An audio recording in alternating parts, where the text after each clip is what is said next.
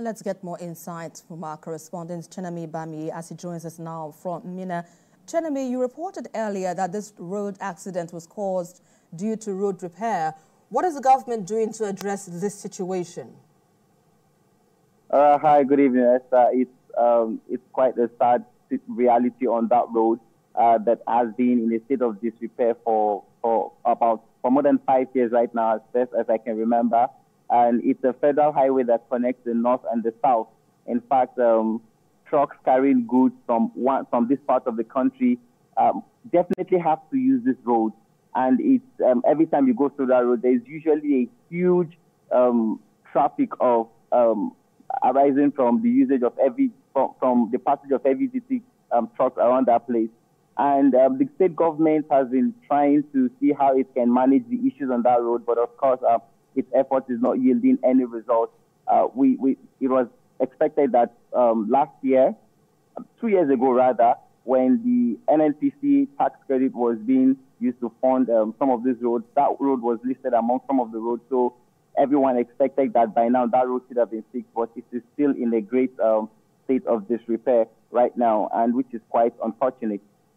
And beyond using roads now for the transmission or for the movement of articulated trucks, is the government looking at alternative solutions now to ensure that these trucks do not cause tragic incidents of this scale? Are we looking at, for instance, the use of rail systems or night shifts for some of these articulated trucks to ply the roads? What are you hearing?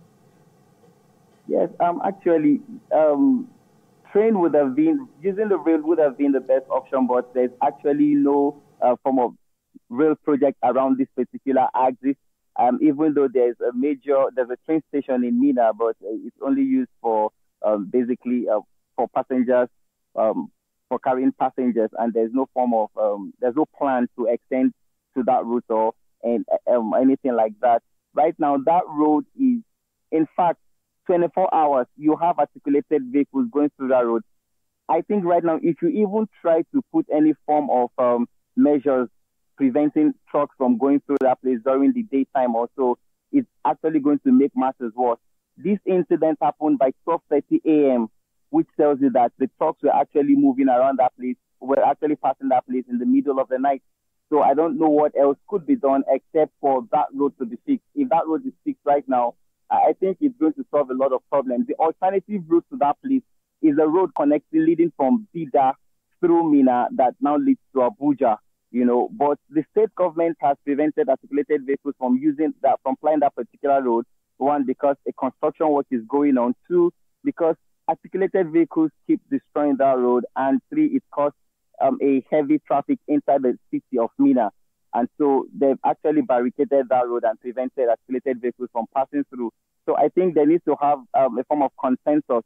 3 years ago, articulated vehicles blocked that entire axis and preventing other cars from flying that road 3 years ago as a form of protest, asking the state government to open the road that leads through Minna, which the state government refused. They were adamant. They refused until they were able to. I mean, that strike lasted for, that action lasted for about 5 days consecutively, no passage on that road, until they were able to reach some form of agreement that road was going to be fixed. But till this moment, the road is still in a bad shape. Right, let's leave it as that. Thank you so much, our correspondent live for us from Minna, Niger State, Chenemi Bamaiyi. We appreciate the updates there. Well, there seems to be a similar situation in Ibadan, Oyo State capital, late Saturday, but this time no life was lost. A petrol-laden tanker exploded, leading to damage of